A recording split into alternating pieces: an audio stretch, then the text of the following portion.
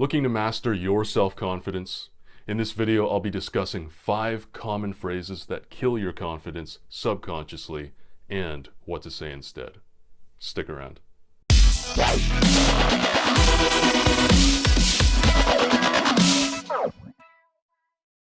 Hey, what's up? This is Gwun, your confidence coach.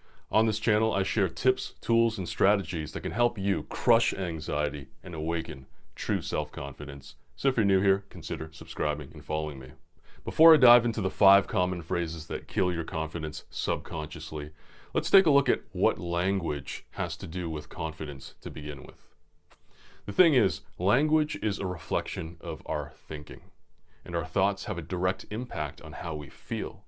And so we can actually take advantage of this and use our language in order to influence the way we think and therefore feel.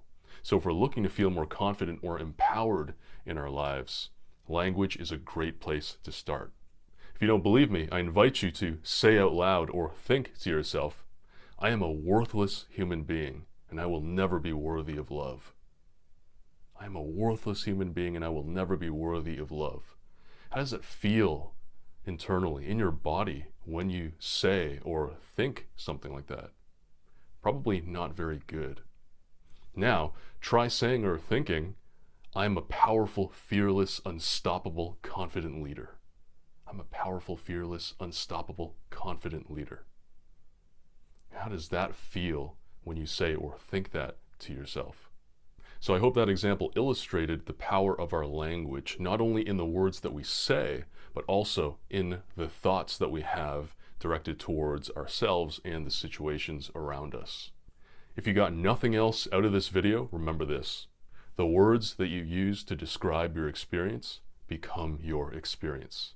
And so that's not just spoken words, that's also mental. So this is a huge topic that can easily be an hour-long video, a couple of different videos.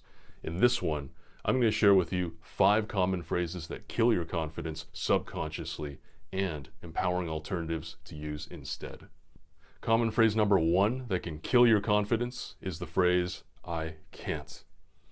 When you say, I can't, you are already creating a context which is limited and are setting yourself up for failure because you've labeled the extent of your abilities and it allows no room for further possibility. The interesting thing is that most of the time when people say, I can't, what they really mean is either I won't or I don't know how. Instead of using the words I can't, I invite you to try the alternative, I choose not to. How much more confident does that feel? Because we are always at choice. Even if we are unable to do something right now, doesn't mean we can't learn. And so replace I can't with I choose not to, and see how that feels instead. Common phrase number 2 that can kill your confidence subconsciously is I'll try. I'll try is being indecisive. You are sitting on the fence and refusing to commit one way or the other, and you're giving yourself a way out, room to fail, if you will. Now, when you say I'll try, how does that feel in your body? How confident do you feel when you say I'll try to do something? Probably not very. Let's say you had a friend invite you to a party and you said, I'll try. I'm gonna try to be there. Are you really going to that party? How confident do you feel? How confident does your friend feel when you respond, I'll try? Now compare this to if you had a plane to catch. You ever gonna say, I'll try to make my flight. I'm gonna try to be there on time. Of course not. You will commit to being there. You will choose to be there and probably go early instead, just to make sure that you arrived on time. Instead of saying, I'll try, simply decide one way or the other and tell us what you will or will not do. All right, I'll give it a try. No, try not. Do or do not. There is no try. Common phrase number 3 that can kill your confidence subconsciously is I should. When people say I should, they are really just judging themselves.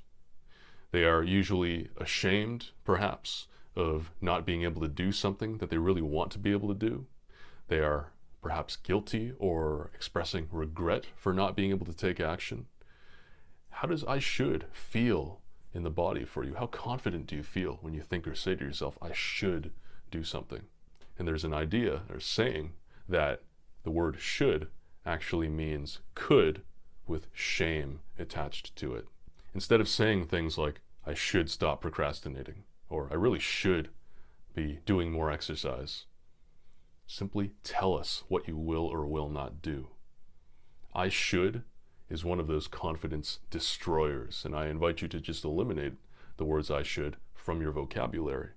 Common phrases 4 and 5 that can kill your confidence subconsciously, these are a pair that I find go together very often, are the phrases I have to or I need to.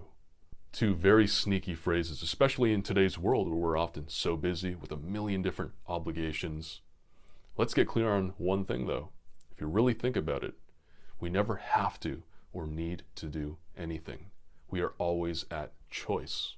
How confident do you feel when you think or say to yourself, I have to do something? I need to do something. I know for me, it feels like I'm a slave to something out there, like an external force is making me feel all this pressure, and I have no control or say in the matter. The invitation here is to change the way you think about obligations. What about instead of saying things like, I have to do homework later tonight, or I need to work overtime this weekend? You reframed those obligations with gratitude instead, using the words, I get to, or I am blessed to be able to. Because someone out there is praying for the things that you've come to take for granted. Real talk. And so you get to do homework. You are blessed to be able to work overtime this weekend. There's a lot of people that would do a lot to be able to get into a school to have homework to do, or to have a job to be able to work at.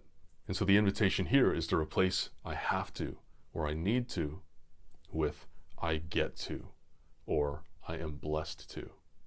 And notice how different that feels in your body. So there you have it, 5 common phrases that kill your confidence subconsciously and empowering alternatives to say instead.